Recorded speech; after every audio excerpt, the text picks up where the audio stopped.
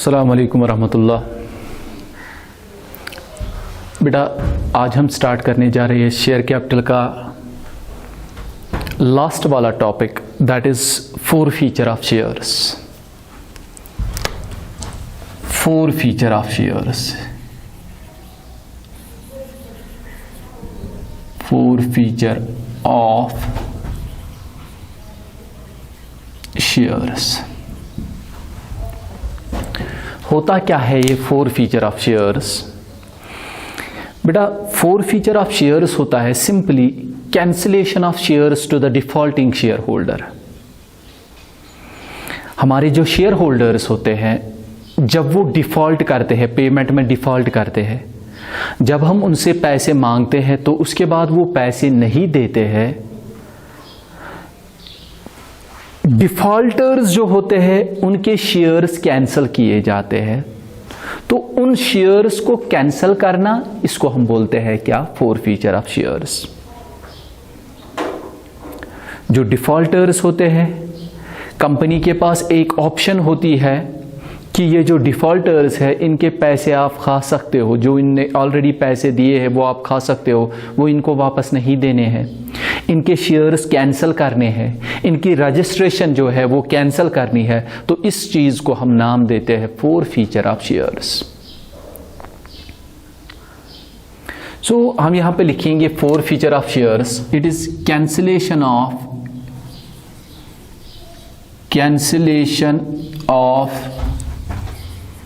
shares to the defaulting shareholders. Defaulting shareholders.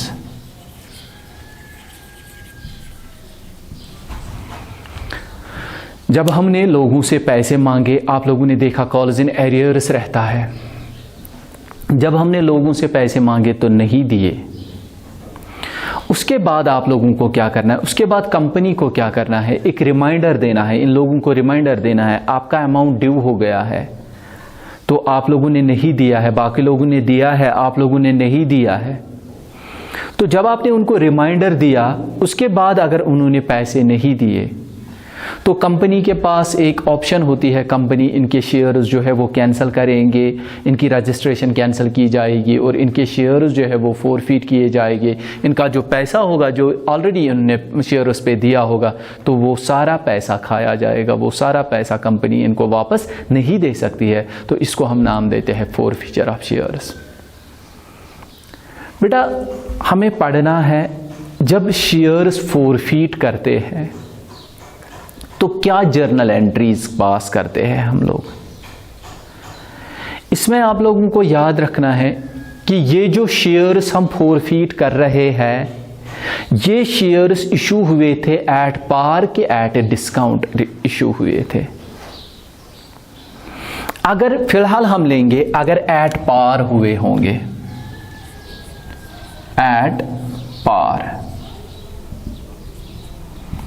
तो बेटा simply speaking, चाहे एट पार हो चाहे एट प्रीमियम हो, जो आप लोगों ने अभी तक किया है उसका अपोजिट करना है।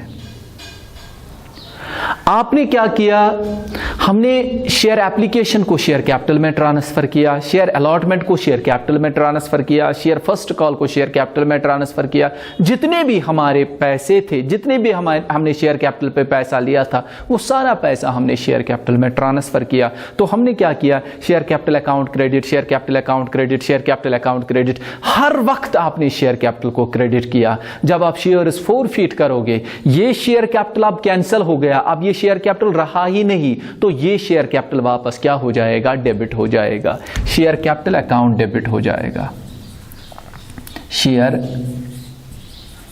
कैपिटल अकाउंट डेबिट क्यों डेबिट हो जाएगा? बिकॉज हमारा शेयर कैपिटल डिक्रीज हो रहा है। अगर आपको थे अभी तक मान लो 1000 शेयर्स थे, एक शेयर का वैल्यू था 10, तो शेयर कैपिटल में 1000 × 10 10,000 हमने जमा किए थे। 100 शेयर्स ऐसे हैं जिन्होंने पैसे नहीं दिए, तो उनके शेयर्स हमने क्या किए, कैंसिल किए। अब तो हमारे पास 900 शेयर्स ही रह गए, शेयर कैपिटल में 900 शेयर्स ही रह गए। दैट मीन्स हमारा शेयर कैपिटल क्या हो गया, डिक्रीज हो गया। तो मैंने आपको बोला जब शेयर कैपिटल डिक्रीज होता है तो आप लोगों को क्या करना है, डेबिट करना होगा। तो इसीलिए शेयर कैपिटल यहाँ पे क्या करना है, डेबिट करना है। अब मसला है कितना, डेबिट कितना करेंगे। बेटा इसके लिए फॉर्मूला है number of shares forfeited, number of shares forfeited into amount per share called up, amount per share called up। कितने शेयर्स हमने फोरफीट किए वो आपके क्वेश्चन में दिया होगा, कितने शेयर्स हमने फोरफीट किए, मल्टीप्लाई करना है कि हमने एक शेयर पे कितना कॉल किया है, बिकॉज उतना ही अमाउंट आपने शेयर कैपिटल में ट्रांसफर किया होगा जितना हमने कॉल किया है। शेयर का वैल्यू है 10, हमने कॉल किया है 8, तो 8 ही यहाँ पे लिखा जाएगा बिकॉज हमने शेयर कैपिटल में 8 रुपये ही ट्रांसफर किया होगा। तो ये है शेयर कैपिटल अकाउंट डेबिट हो जाएगा। अब क्रेडिट क्या करना है बेटा, क्रेडिट करना है वो वाला अमाउंट जो हमने रिसीव किया है, इस पे जो हमने रिसीव किया है, कोई शेयर होल्डर है उसने हमने एप्लीकेशन तो उसने दिया, एप्लीकेशन पे उसने पैसे दिए। अब हमने अलॉटमेंट मांगा था उसने नहीं दिया, हमने फर्स्ट कॉल मांगा था उसने नहीं दिया, मगर कम से कम उसने एप्लीकेशन पे तो पैसा दिया ना। जो पैसा उसने दिया वो क्रेडिट करना है, उसको हम नाम रखते हैं to share forfeited account, to share forfeited account. यहां पे क्या लिखेंगे हम, कितना amount, number of shares forfeited into amount per share received, amount per share received. ये क्यों हमने क्रेडिट किया, बिकॉज ये हमारे लिए एक किस्म का गेन बन गया, बिकॉज हमने इन पे पैसे लिए हैं, वो ये पैसे अब हम खा रहे हैं, ये पैसे वापस नहीं दे रहे, तो एक किस्म का गेन बन गया हमारे लिए, तो इसीलिए इसको क्या किया, क्रेडिट किया। और साथ में बेटा क्रेडिट करना है आपको कॉल्स इन एरियर्स, बिकॉज जब कोई कॉल एरियर में रहती है तो उसको हम डेबिट करते थे, अब वो कॉल ही नहीं रही, अब वो एरियर ही नहीं रहा, तो अब उसको क्या किया जाएगा, क्रेडिट किया जाएगा। To calls in arrears account, calls in arrears account. यहां पे कितना, number of shares forfeited into amount per share called up but not received.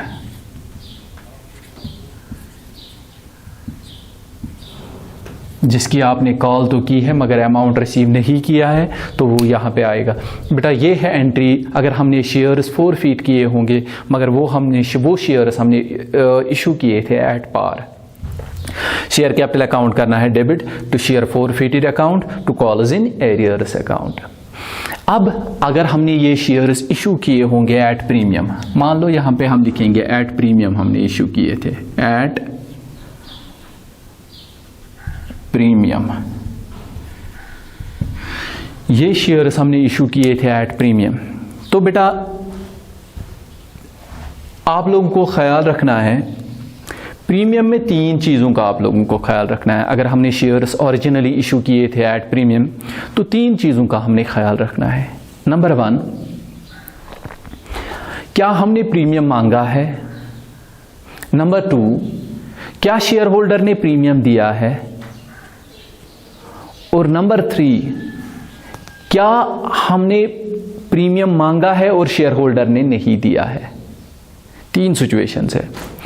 एक सिचुएशन हमने प्रीमियम मांगा है, शेयर होल्डर ने दिया है। दूसरी सिचुएशन हमने प्रीमियम मांगा ही नहीं है। तीसरी सिचुएशन हमने प्रीमियम मांगा है मगर शेयर होल्डर ने नहीं दिया है।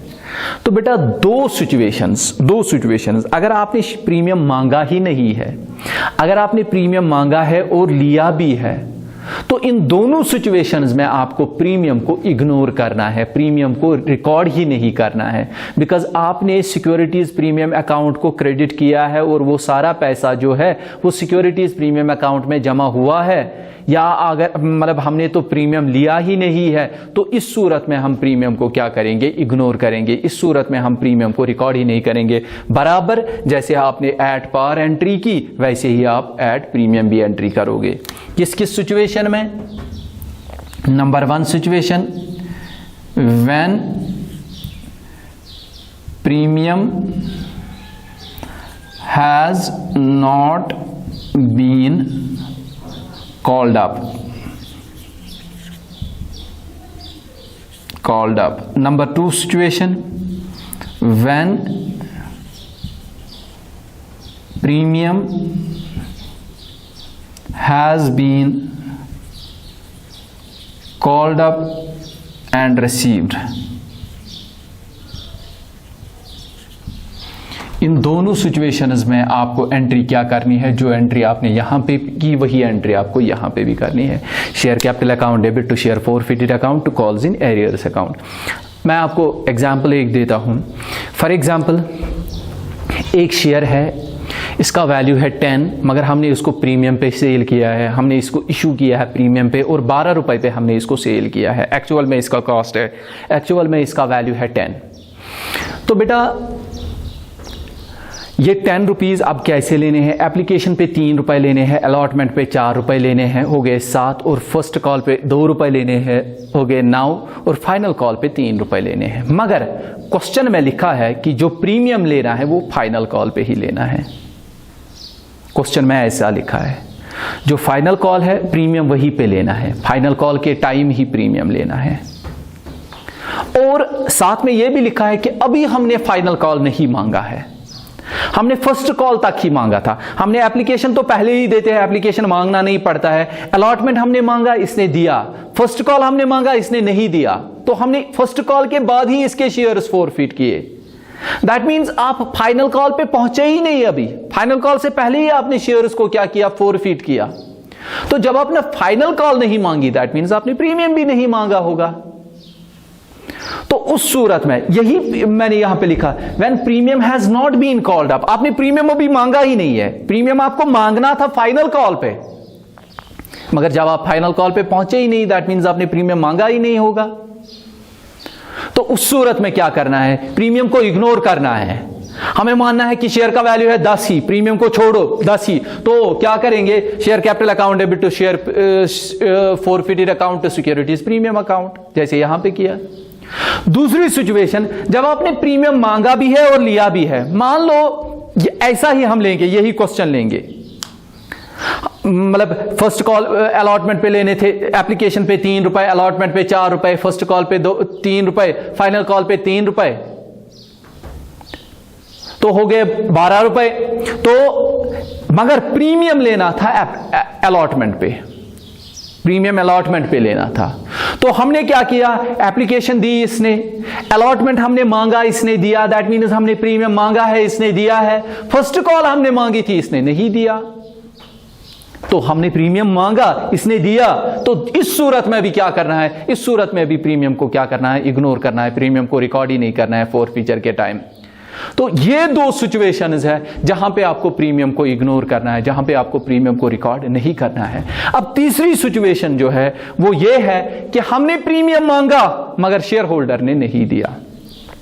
प्रीमियम लेना था अलॉटमेंट पे या प्रीमियम लेना था फर्स्ट कॉल पे, हमने फर्स्ट कॉल मांगा था, इसने नहीं दिया, तो इसीलिए हमने इसके शेयर्स फोरफिट किए।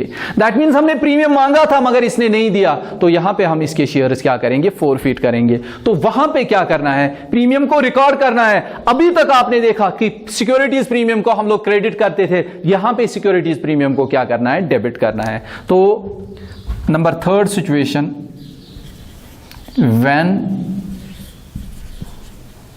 Premium has been called up but not received.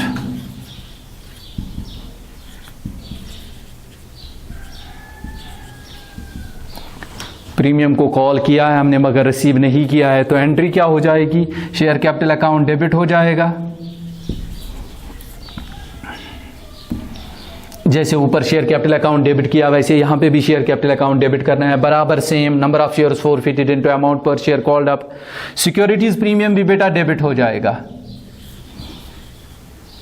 Securities premium account debit कितना, number of shares forfeited into premium कितना है, कितने शेयर्स फॉरफिट किए हैं और प्रीमियम कितना है, तो share forfeited account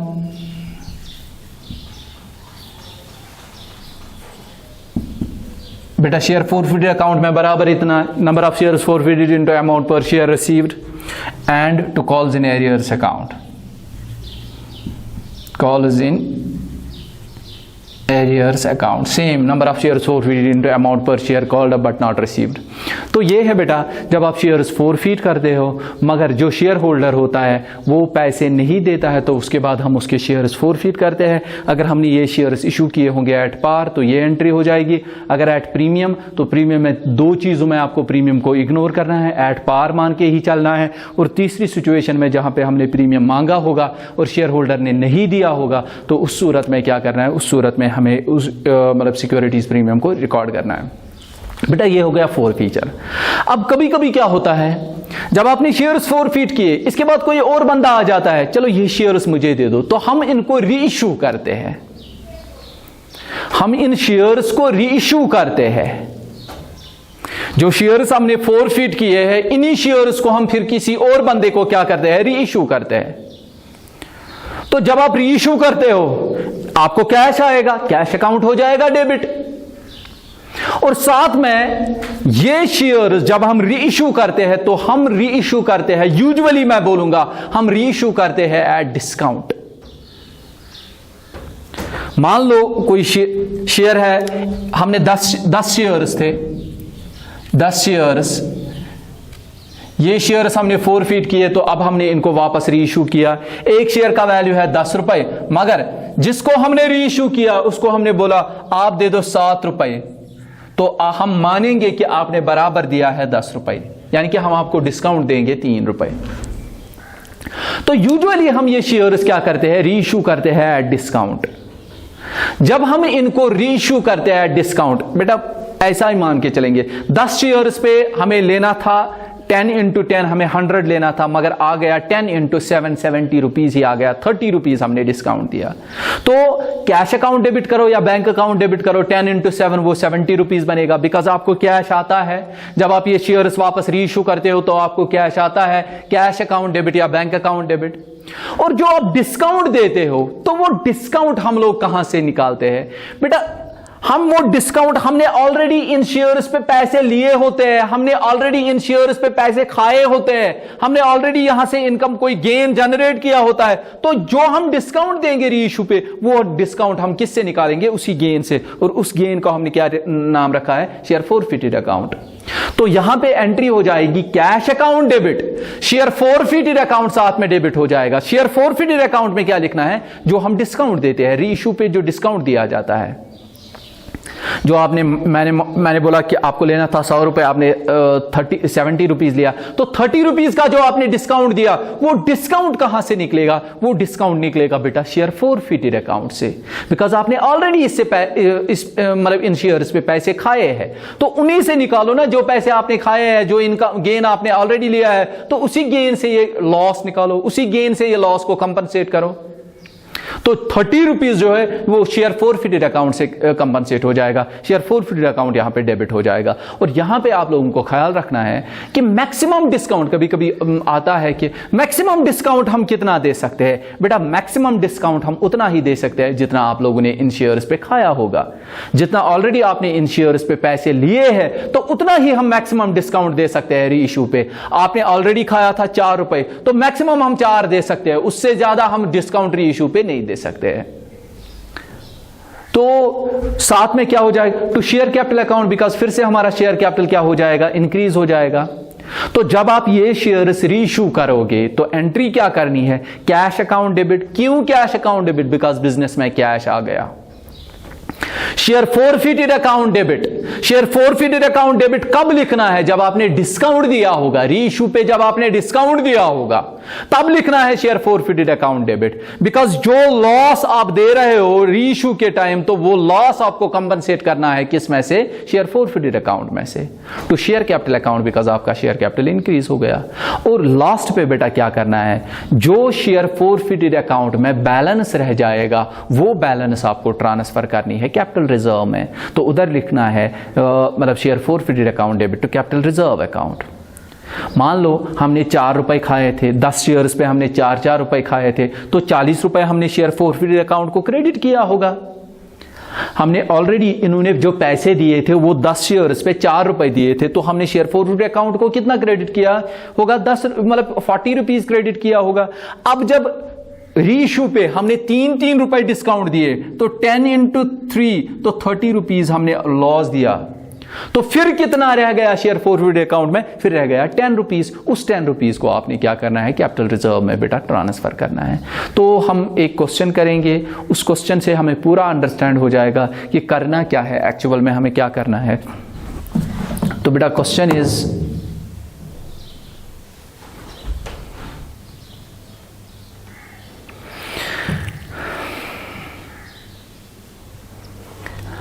a company issued shares of rupees 10 each, amount being payable 3 on application, 2 on allotment, 4 on first call and ₹1 on final call.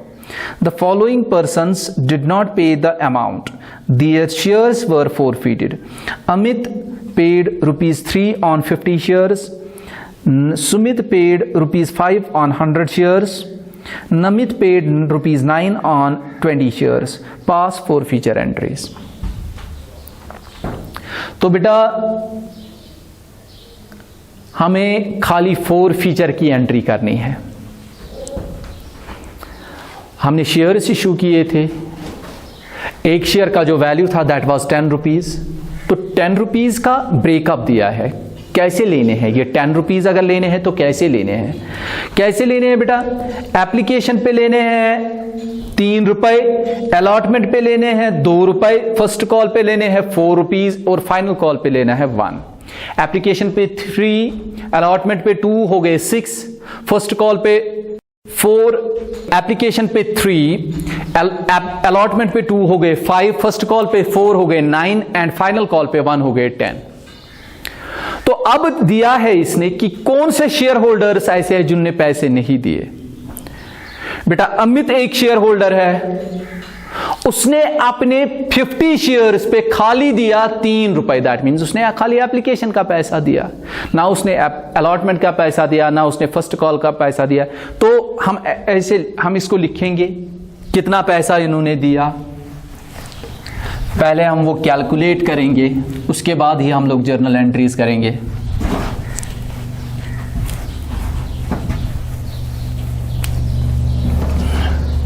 बेटा अमित का हम लोग लेंगे। अमित ने कितना दिया है? अमित के पास थे 50 शेयर्स, इसने 50 शेयर्स पे 3 रुपए दिए हैं, तो 150 इसने दिया है। अब कितना इसने नहीं दिया है? दैट मीन्स 7 रुपीज नहीं दिए, बिकॉज हमने बराबर 10 रुपीज इनसे मांगे हैं, तो 7 रुपीज नहीं दिए हैं। तो 50 into 7 350 इसने नहीं दिया है। अब दूसरा है सुमित। सुमित ने अपने 100 शेयर्स पे 5 रुपीज दिए हैं। 100 into 5 दैट मीन्स 500 दिया है। हमने तो 10 मांगे थे, दैट मीन्स इसने 5 नहीं दिए हैं। 100 into 5 दैट मीन्स 500 इसने नहीं दिया है। अब लास्ट पे नमित के पास थे 20 शेयर्स, उसने 20 शेयर्स पे 9 रुपीज दिए हैं। 20 into 9 that is equal to 180, that means 1 रुपए उसने नहीं दिया है। 20 into 1 20 रुपीज। अब कितना दिया है वो हम शेयर फोरफिटेड अकाउंट में डालेंगे, कितना नहीं दिया है जो हमने मांगा था इनने नहीं दिया है वो हम कॉल्स इन एरियर्स में डालेंगे। 650, 750, 830 इन्होंने दिया है, तो ये आ जाएगा शेयर फोरफिटेड अकाउंट में। तो 870 ये आ जाएगा कॉल्स इन एरियर्स में। तो हमें इसकी एंट्री करनी है बेटा। तो एंट्री क्या करेंगे?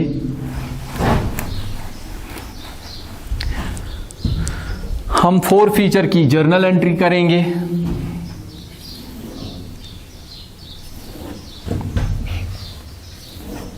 फोर फीचर की जर्नल एंट्री है share capital account debit,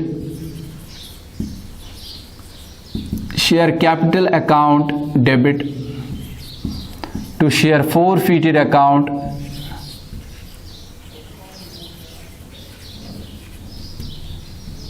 to calls in arrears account।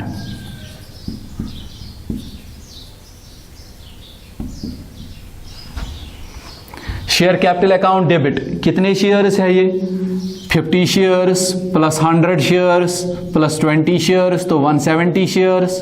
170 shares पे हमने बराबर 10-10 रुपए मांगा है, तो वो बन जाएगा 1700। कितना पैसा इन्होंने दिया है वो हमने निकाला, वो 830 इन्होंने दिया है और 870 इन्होंने नहीं दिया है, वो कॉल्स इन एरियर्स में आएगा। बस यही एक जर्नल एंट्री करनी थी। Being shares forfeited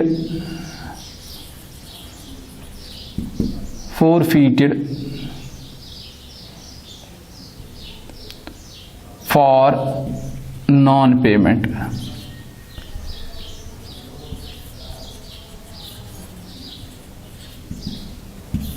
being shares forfeited for non payment, ये था बेटा क्वेश्चन, जिससे हमें पूरा अंडरस्टैंड हो गया कि करना क्या है।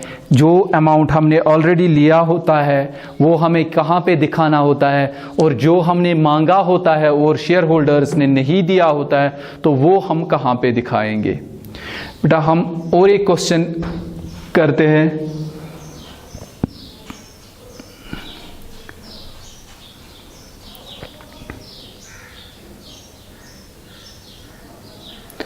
क्वेश्चन नंबर 28 हम लोग करेंगे। अमृतसर टेक्सटाइल्स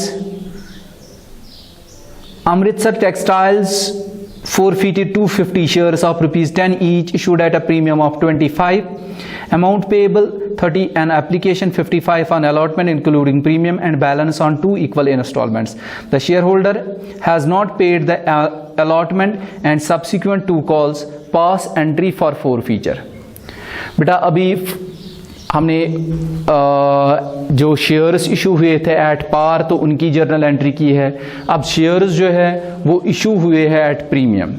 250 शेयर्स हमने forfeit किए हैं। एक शेयर का जो वैल्यू है दैट इज 100, मगर प्रीमियम है 25, दैट मीन्स 125 हमें लेना है शेयर पे। तो क्या ब्रेकअप दिया है? 30 रुपीज एप्लीकेशन पे लेने हैं, 55 लेना है अलॉटमेंट पे। 55 ऑन अलॉटमेंट, दैट मीन्स हो गए 85, मगर अलॉटमेंट में बेटा प्रीमियम इंक्लूड है, यानी कि आपको प्रीमियम अलॉटमेंट के टाइम ही लेना है। उसके बाद बैलेंस इन 2 इक्वल इंस्टॉलमेंट्स। 125 में से 85 माइनस करो तो वहां पे 40 रुपीज बचता है। 40 रुपीज को हमें लेना है 2 इक्वल इंस्टॉलमेंट्स में, यानी कि फर्स्ट कॉल पे 20 और फाइनल कॉल पे 20। तो आगे क्या लिखा है?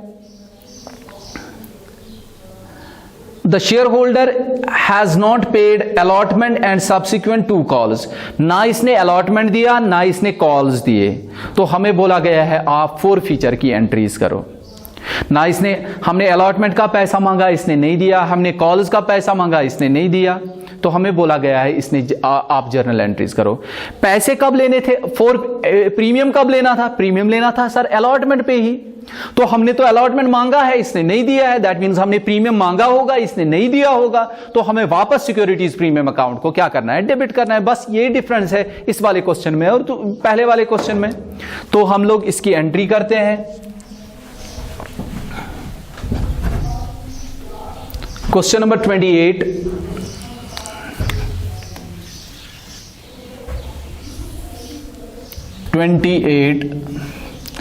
तो बेटा शेयर कैपिटल अकाउंट डेबिट करना है। Share capital account debit, securities premium account debit, premium account debit to share forfeited account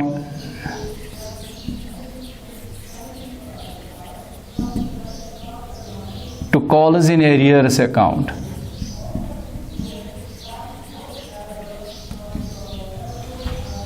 share capital account debit, share का वैल्यू है 10, तो शेयर का वैल्यू है 100, तो हमने बराबर 100 मांगा है, तो 250 shares at the rate of 100 that is equal to 25,000। Premium कितना है? प्रीमियम है 25, 250 इंटू 25, 250 इंटू 25, 0.5,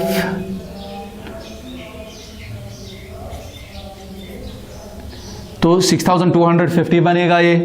अब पैसे कितने दिए हैं? इसने खाली एप्लीकेशन का पैसा दिया है। एप्लीकेशन पे लेने थे हमें कितना?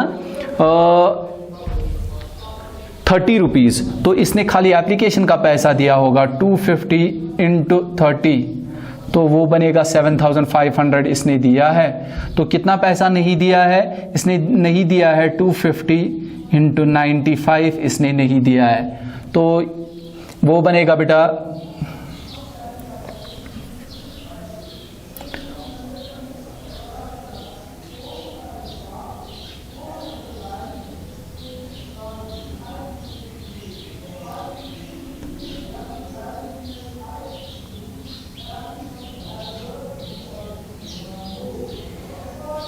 23,750, 23,750।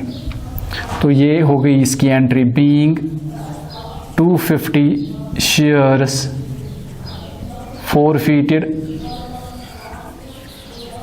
for non payment.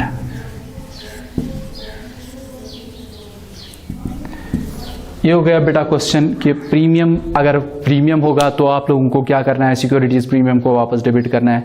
तो इंशाल्लाह आगे हम देखेंगे, अगर और भी कोई क्वेश्चन होगा तो वो हम देखेंगे। फॉरफीचर और रीइशू, जब हम रीइशू करते हैं तो आगे वो वाले क्वेश्चंस देखेंगे, तो उसके साथ इंशाल्लाह ये हमारा चैप्टर क्लोज हो जाएगा।